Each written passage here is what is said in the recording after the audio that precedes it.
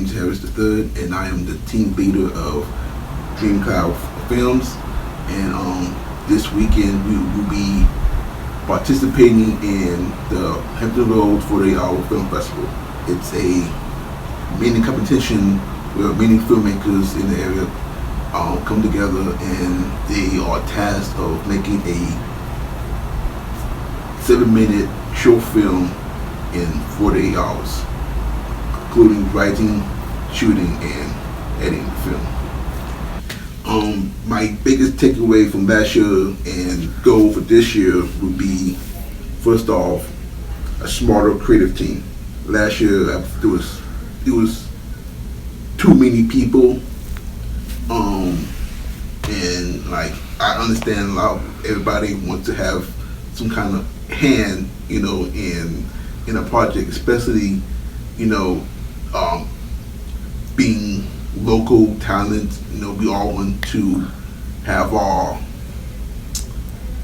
input and say in projects that other folks will see. But sometimes, I've learned that, in order to make a better project,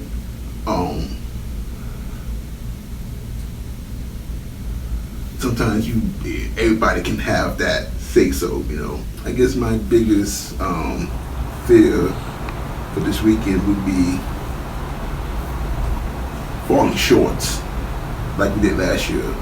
Last year we were 7 minutes late to the end of the project due to sound, and I feel like since this past year as a filmmaker, I feel like I've gotten better. By Sunday, 7:30, I want to feel accomplished. Like, even though hopefully we'll be turning the project in at 7:30, but since that's the deadline, by that time I want to feel accomplished. I want to feel proud of this project that we have done. I want to say that I have done everything in my power to make a good project. Always work hard, always believe in yourself, and to remember, like, you don't have to do and know everything yourself. Surround yourself with people who do know how, or have different perspectives, and learn how to listen and give and take. That doesn't always mean that you have to follow what they say, but at least give it an ear and think about it. Like, sometimes your idea may not be the best idea. Sometimes someone may have a better idea, or sometimes somebody can have an idea that can improve your idea, or vice versa.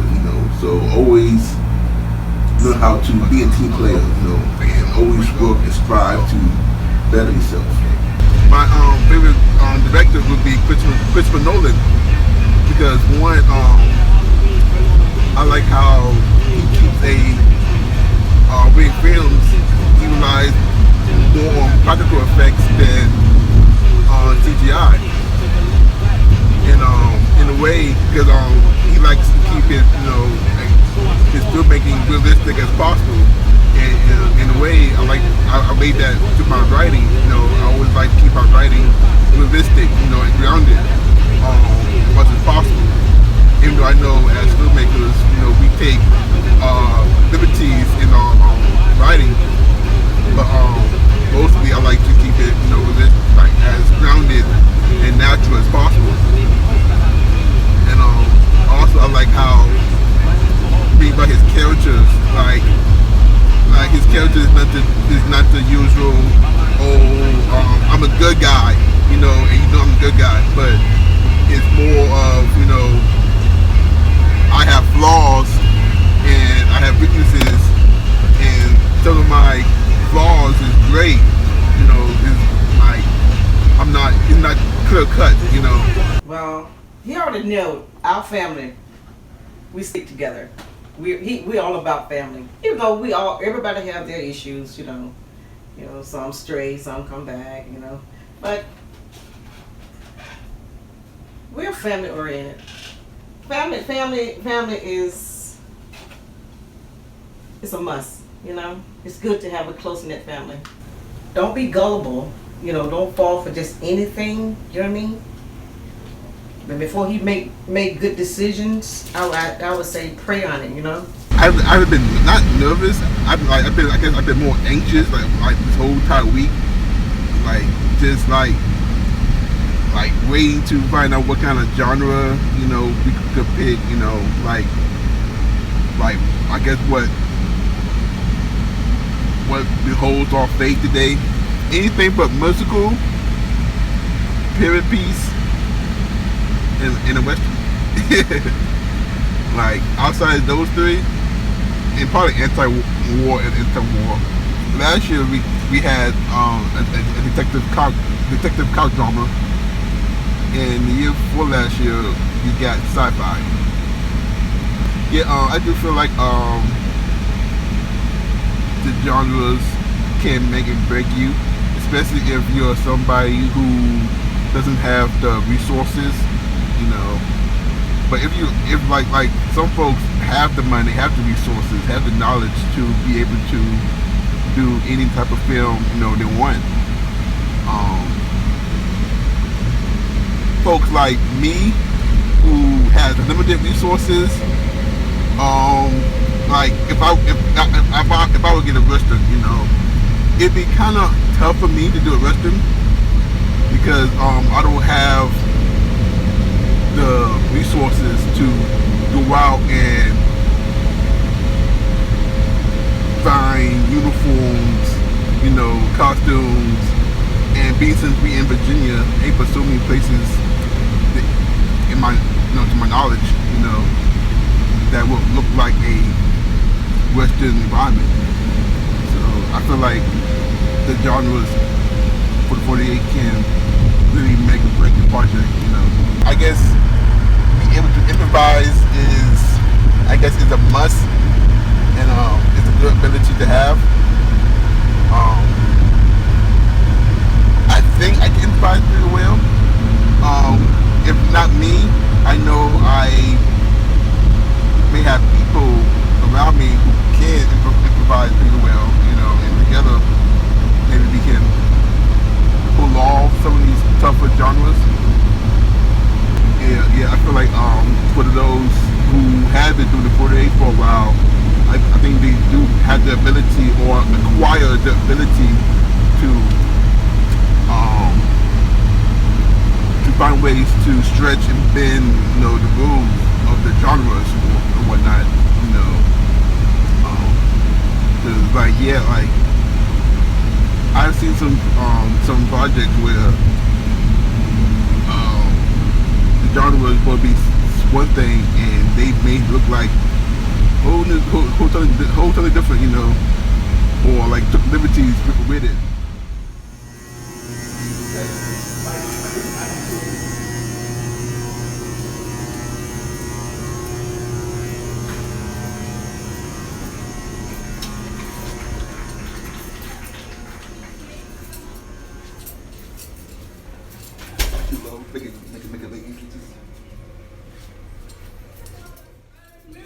Or martial arts. Alright, unanimity.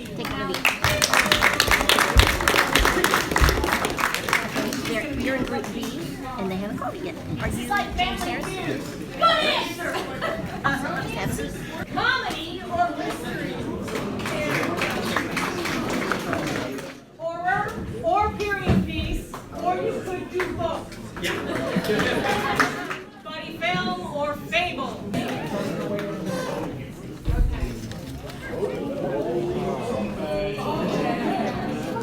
Fish out of water or family film? Fish out of water? Silent film or fable? Oh, that's what's up. Somebody changed. I'm ready to go play nuts. I'm ready to go play nuts, baby. I'm ready to go play nuts. I'm like freaking Bruce Willis up in this piece. I'm ready to go die hard on y'all people. Save it for the writing.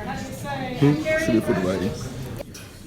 Well, it's like the scripture said, who he is last shall be first. Or period piece,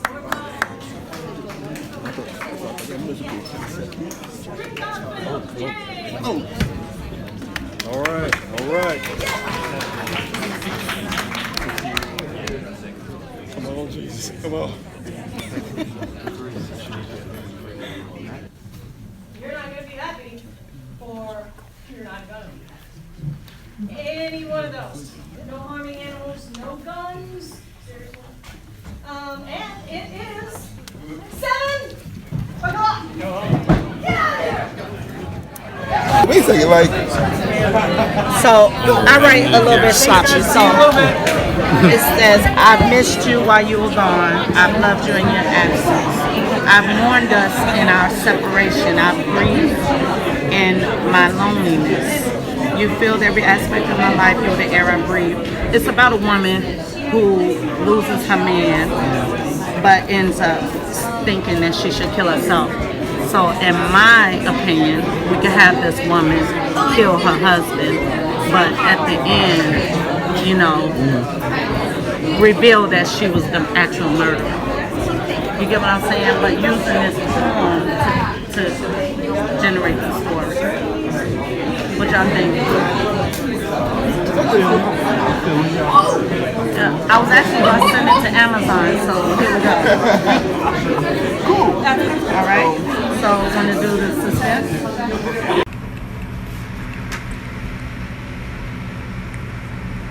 Can we do that? I think, matter of fact, the woman, well, the daughter, his name is not to be inspector. Her mother was inspector.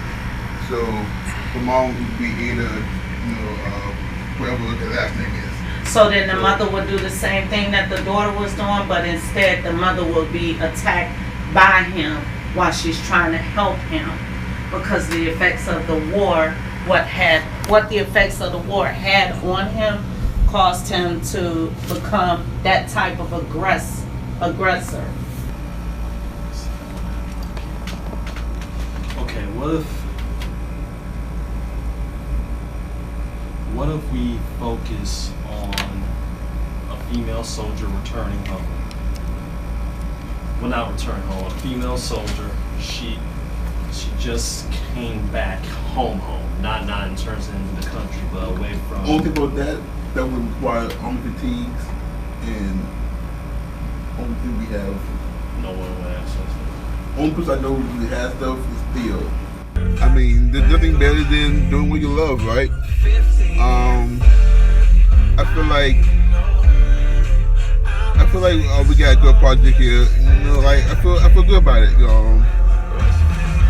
There's a lot of things that I have definitely done different from last year.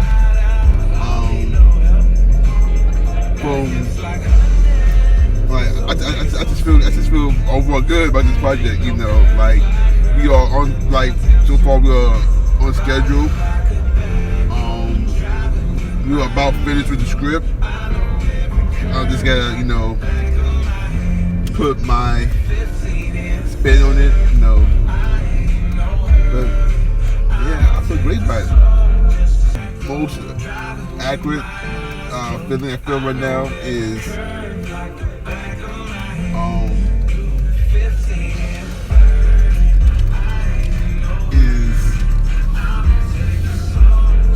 I guess just that need to get it done, like I love doing this, but at the same time it is straining and stressful, and I guess the quicker I can put this day behind me, the more soon I can look back and enjoy, the whole weekend, what we accomplished and done. It was definitely like this is definitely put me in the mood to wanting to work on my own project, like of course my own project, I don't have that deadline, I can work at my own pace, but also at the same time having that deadline does, motivate you and push you, but doing the 48 has definitely made me want to maybe look forward to my next project. Scene 2, shot 3, take 1, action. Why would she do that? I mean, what the hell am I paying you for? Hold on, someone's at the door. And cut. Forgot to say who was it. Are you gonna walk around anymore, or that's just gonna stay right here? That's up to you. Up to you guys. I'm Jennifer Pyle. I play the role of Natasha, and I'm the stepmother of Eden, I think. And I run a soup kitchen, and I'm nice with some secrets, and it's a great role. I'm looking forward to playing it. I was a theater actor since I was 8 years old, and I just got into film acting a year and a half ago. This is my first 48 film festival, but it's not my first film, but first 48. I find that that's when you have to dig deeper and you have to pull it out quicker. It's always in there. It's always in there in you. It's just if you have more time, then you don't necessarily go there right away. With this, you have to go there right away. So it's very challenging, and I like that kind of challenge personally. It's about a girl whose mother committed suicide after being raped, and she became pregnant from that rape. And so this young woman is, I guess, trying to figure out her life without her mother. And then I think I'm her stepmother. And then she befriends a homeless guy. And then some interesting twists happen from there. I love this script. I think that as long as you do this type of genre well and with a lot of different twists and a lot of different surprises, but also well-developed characters and plot, I think that it makes a really good 48-hour film. And I think that this is a great film for this team. Not always, but some of them are good, like to let you film without any issues, but then some of them is like, oh no, you gotta call corporate and all this. I mean, we're just doing a regional film project. We're not even paying each other for this. We're trying to get more money by our good works here, but it's not like we're not making $1 million movie here. But see, the thing is, if we had $1 million budget, you would instantly open up your hotel to us, though. And that's kind of what I find a little bit cheesy.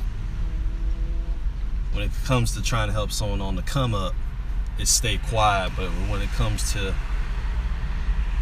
someone who's already got the resources, it's let's just put out for them.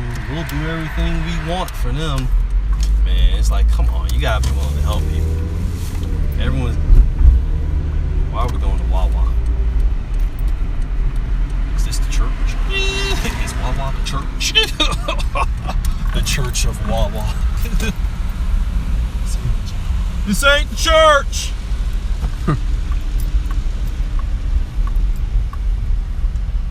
Oh, gas.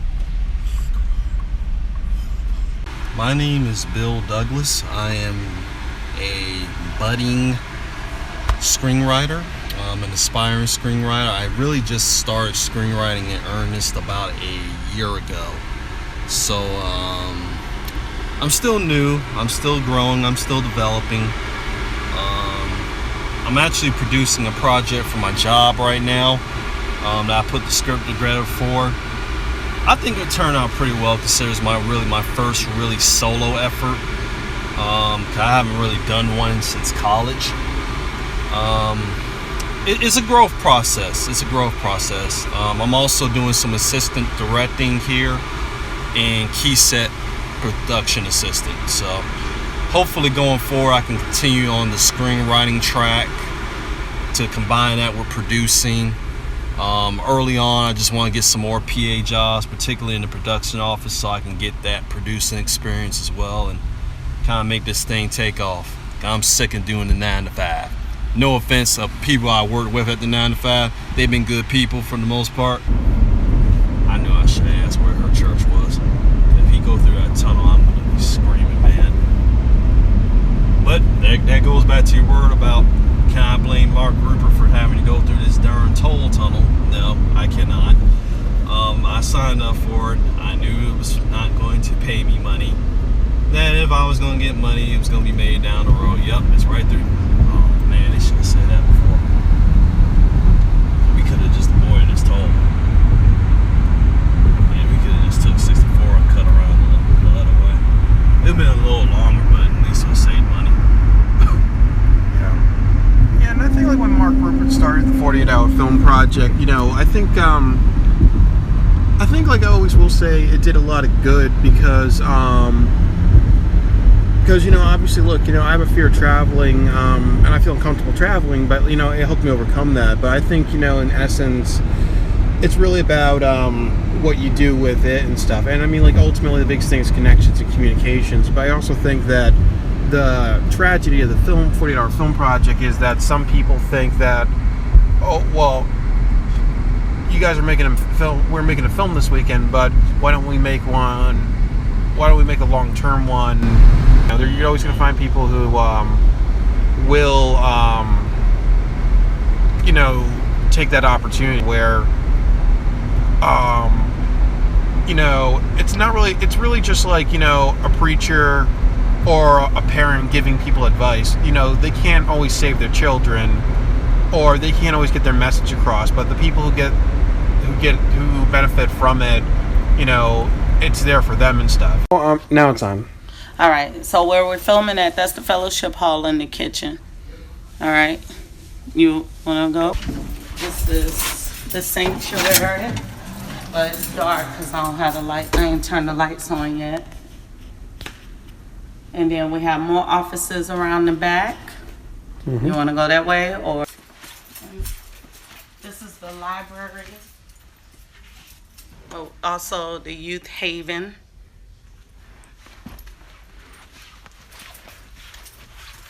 We have a bunch of different little rooms over here.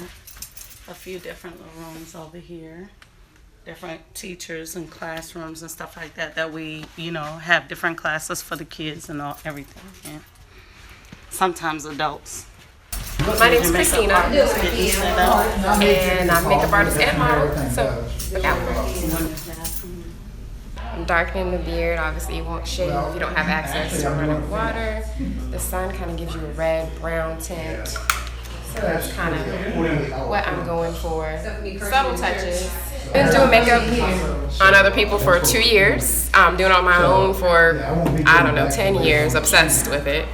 And it started off with a session, now it's a passion, and now it's an art. I am friends with the writer, James Harris, and I love film, so any opportunity to help out in any way, whether behind the scenes or in front of the camera, I'm down. You know, you look a lot like The Rock, you know.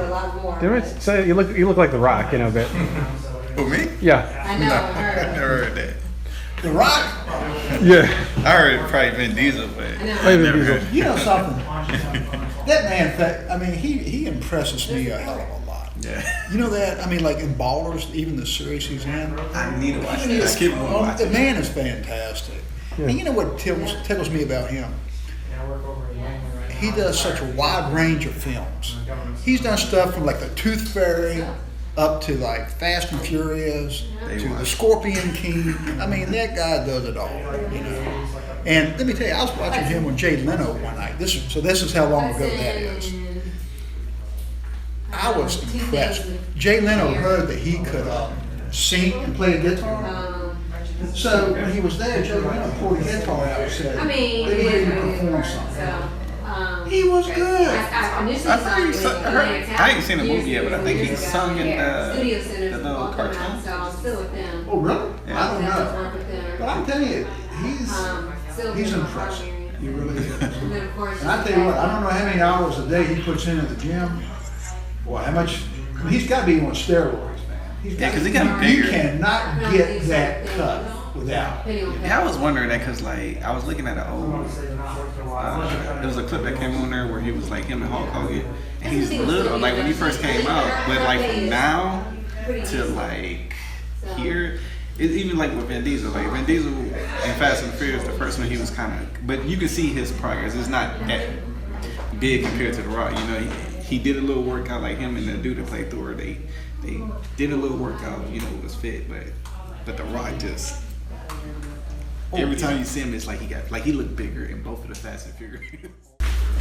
Okay, we're rolling. We catch you scene. Shot 1. Take 6, action.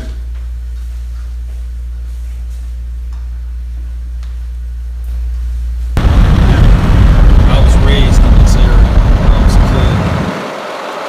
I have a lot of memories. A lot of this is new construction now because they expanded the tunnel here about 5 years ago.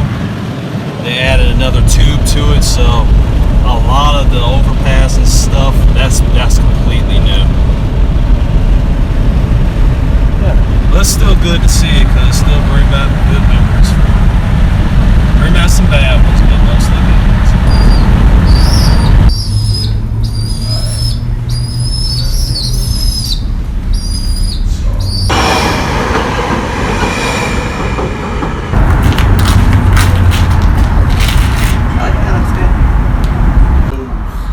Something, you know, something. Maybe it's because you got me to the food center. Right, you were there, and something for you. Remember the 91st? You asked her about your mother in the 91st, I think. And then you heard those guys ask me, "Were you in the 91st?" You know something. Yeah. So you think maybe I could be a connection? Yeah. My character is Deegan, and I am very kind of naive.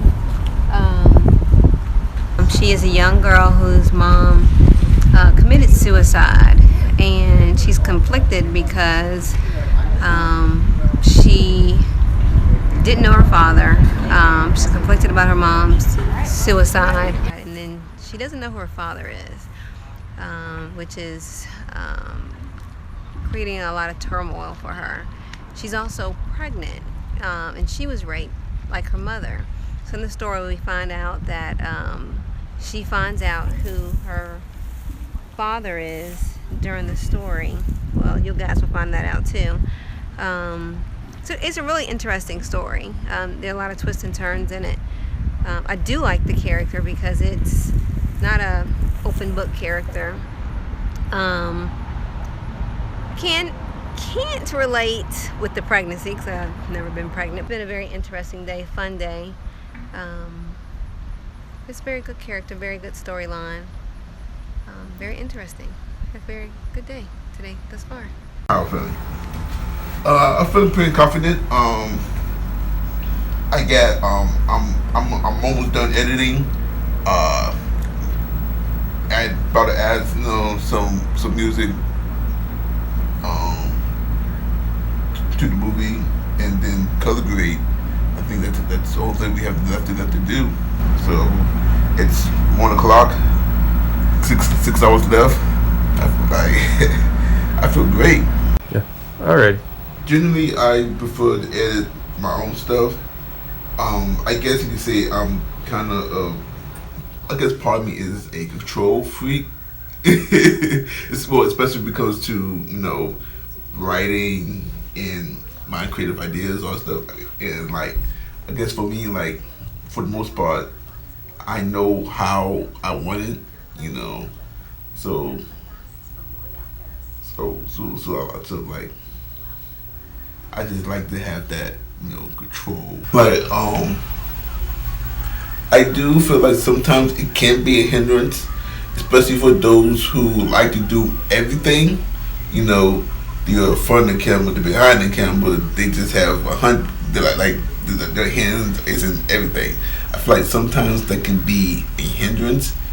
Cause I think that sometimes you can come off being rude to what the brother for. I guess pretentious, you know, and like, but at the same time, I guess that also shows your level of creativity if it's any good. But I think it'd be a plus and a negative at times, you know, depending on how, you know, because like I said once before, like I said earlier, sometimes it is good to have that second opinion, you know, because sometimes people do see things that you don't see, or your way isn't always the best way. Yeah. So, so what are you doing now, or right now I am doing the wrap up. You know, pretty much it's filling out questionnaires on what we did over the last 48 hours. I guess it's kind of like feedback, you know, for them and whatnot. But and I am also nope, it's done. I just exported, you know, our project onto the USB drive, so we are actually ready to go. I think it should work like a bank. If you're in the line by cutoff, you count. If y'all taking that long to transfer the file over and asking questions and doing conversation, then that's on you. You just gotta roll with that one. I mean, let it go. Let it go. Yeah. I mean, shoot, ain't no need to be tight like that. Oh, it's pretty rumors. yeah? How do you feel about the wrap up form? Like, that's my least favorite part of doing the 48-hour film project. Yeah. It's, I guess there's anything to do with paperwork. You know, paperwork is always a bonus stuff. I mean, I guess it's I guess for them, I guess they view it as being useful. I mean, I just see it as another annoying thing I have to do. Yeah, because I kind of think that they should kind of get rid of the wrap-up form. I mean, like, I think the only good thing about the wrap-up form that they need is log line and how long the film is, and, like, you know, genre and everything. Like, I think, like, asking you about the weekend, it's like when a lot of things happen, I think, like, you know, it's not really important, because I don't think they're going to, like, look at somebody's form and say, okay, you know, okay, your friend had a lot of challenges. I don't think they're going to say, okay, you know, we got to kind of give him, like, a sympathy award or judge him on sympathy. Yeah. Yeah. I don't think so, neither. Yeah. Now I wonder, you think, Kate, including the critics, you know, it came up to 8 minutes, 10 seconds. But I know that they'll count the critics, you know, one time. But even though they made me change the length. Matter of fact. Yeah, you should call them. Where's my phone? No, I was pissed. Now I'm pissed off because I would have given you my phone, but listen, I was like, oh fuck, I'm recording on my phone. Hey, question. My actual film is let's see.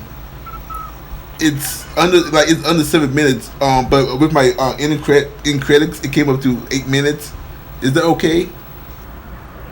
But So how much is it over? Like 10 seconds? Well, the total thing is 8 minutes 10 seconds, but the actual short film, you know, what we filmed it's only 6:42.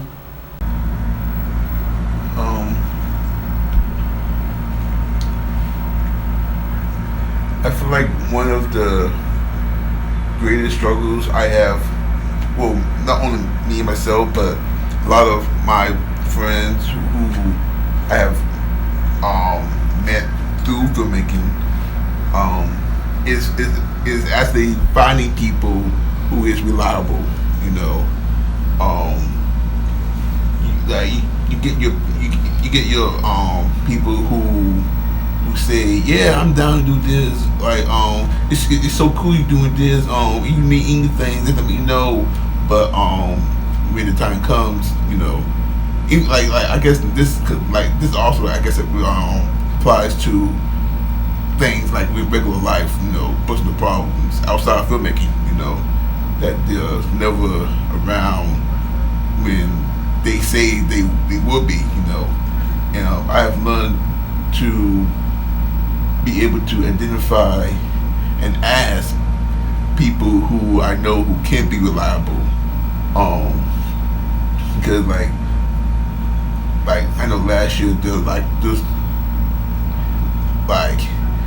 2-3 people who I wanted on my team who said they'll come out and help out, but when the time comes, they have an excuse, or they don't hit you back, they just disappear, and they just bail. So I guess my greatest struggle is finding reliable people, and I'm glad this year around I was able to have a group of people who I could rely on, who actually came up, show up, and made this weekend a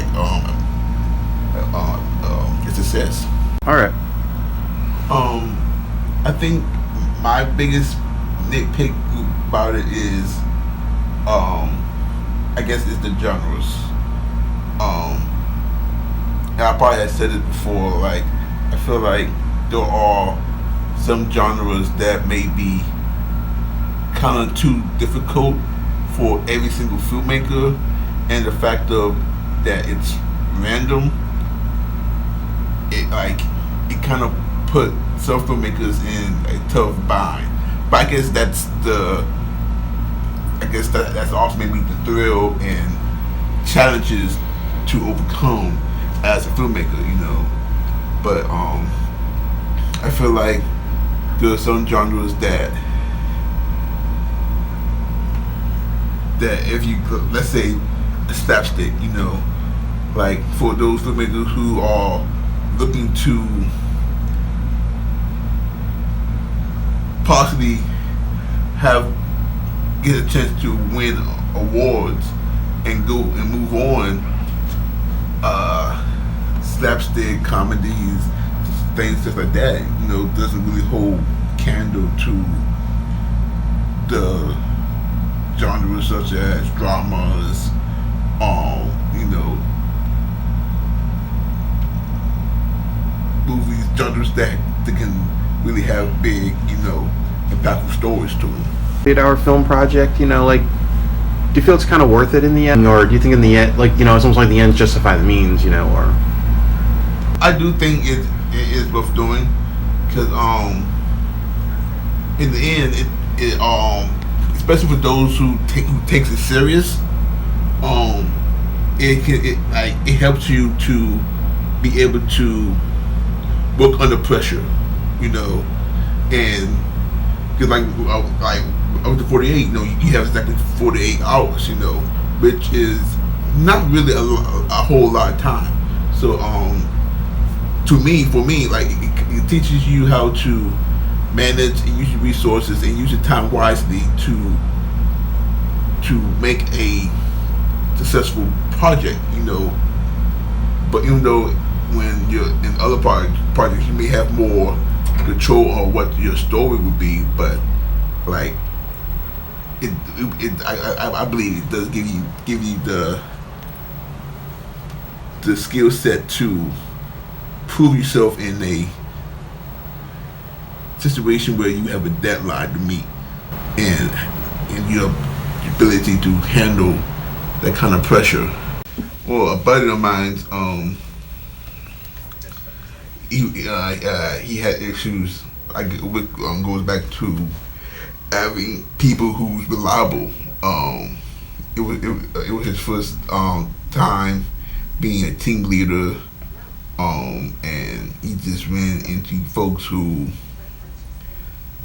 were supposed to be friends or gave their word to help him out this weekend, but just, you know, for whatever reason decided to not show up or be late or decide like, okay, I have better things to do, and it's rough, especially being his first time stepping out and taking a leadership role,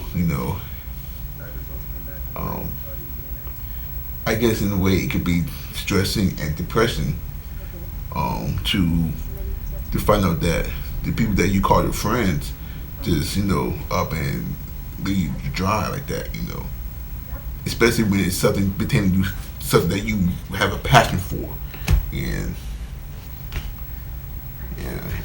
it hurts.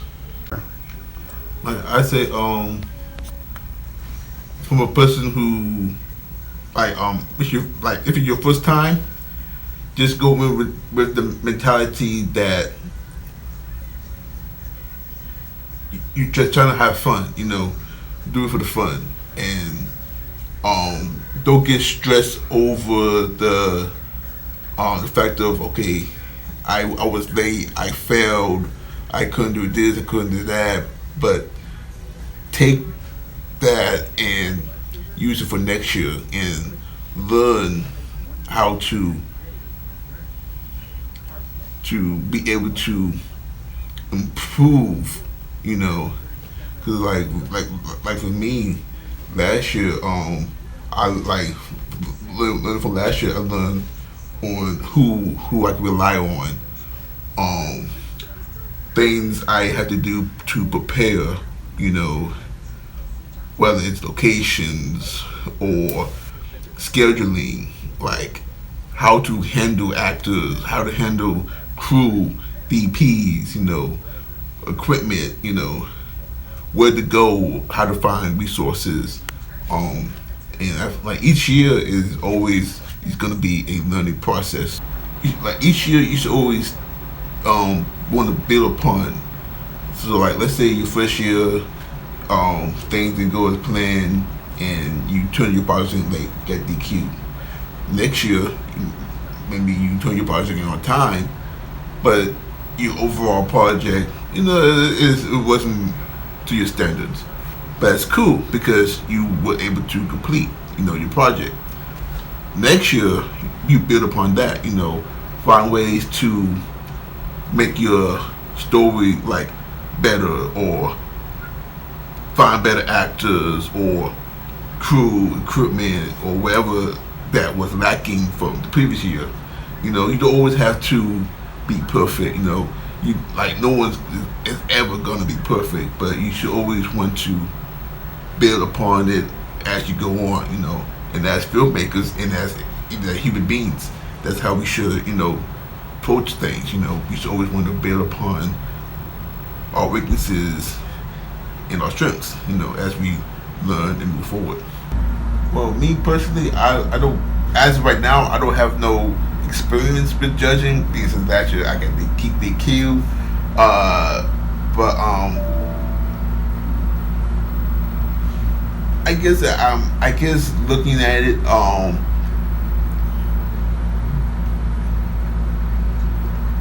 I guess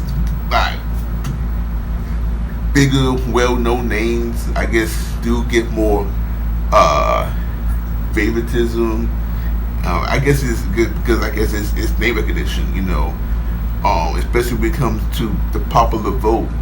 People are gonna vote for who they know, who they can recognize, And as somebody who is coming up, who is not well known,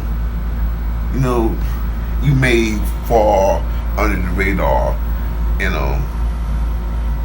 I guess that's one thing that actually impressed me with Jeanette Rainey.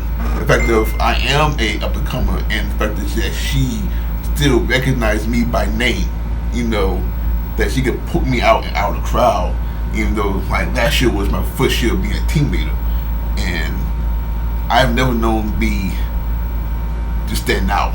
I always try to keep a low profile, so I really don't have too much to say about the judging, because I haven't made it that far yet. But I guess after this year, I may have a little more experience with like input about that. Guys, try to go all out. They hire DPs. They hire like these big cast, big crews. Like spend all this money for what? I feel like we have a pretty good project, and we shot it on, a Canon T5i, like with no Steadicam, with only a tripod, shoulder cam, a shoulder rig, and our bare hands,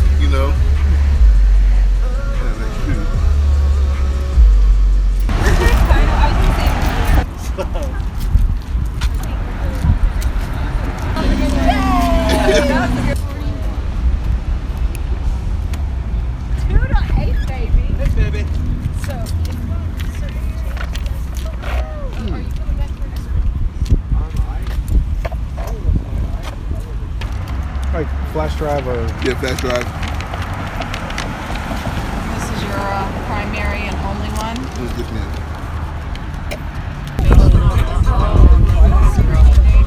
So do you have any final thoughts, or how do you feel about it being over?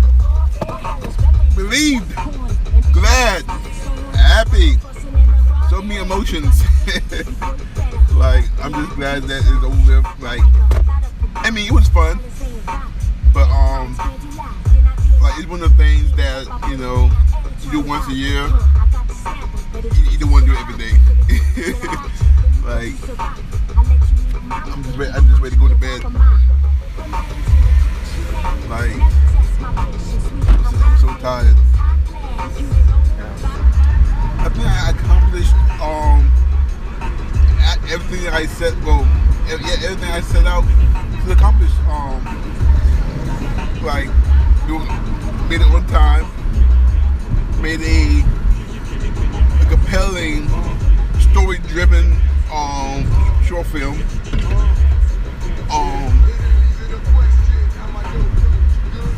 Had fun, and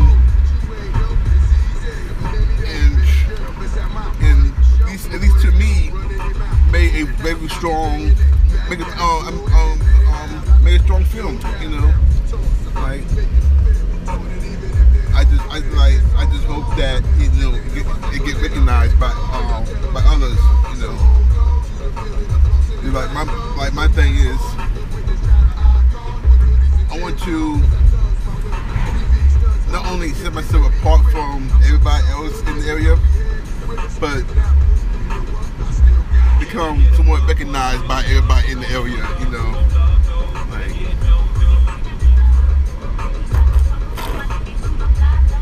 And I think this is one way to do it. You set goals for yourself. I feel like a lot of folks get discouraged by the things that they do because they set too big of goals for themselves. It's good to set big goals, but I feel like the more smaller goals you set for yourself, the more they become achievable, and the more confidence you build up. And for me, last year was, last year's step was to actually do it, to go out and, to do it. This year it was being on time, and along as being on time, be able to put out a very strong, project, and I believe I accomplished that. Next year, set another goal, just keep building and building and building and building, don't give up. Yeah.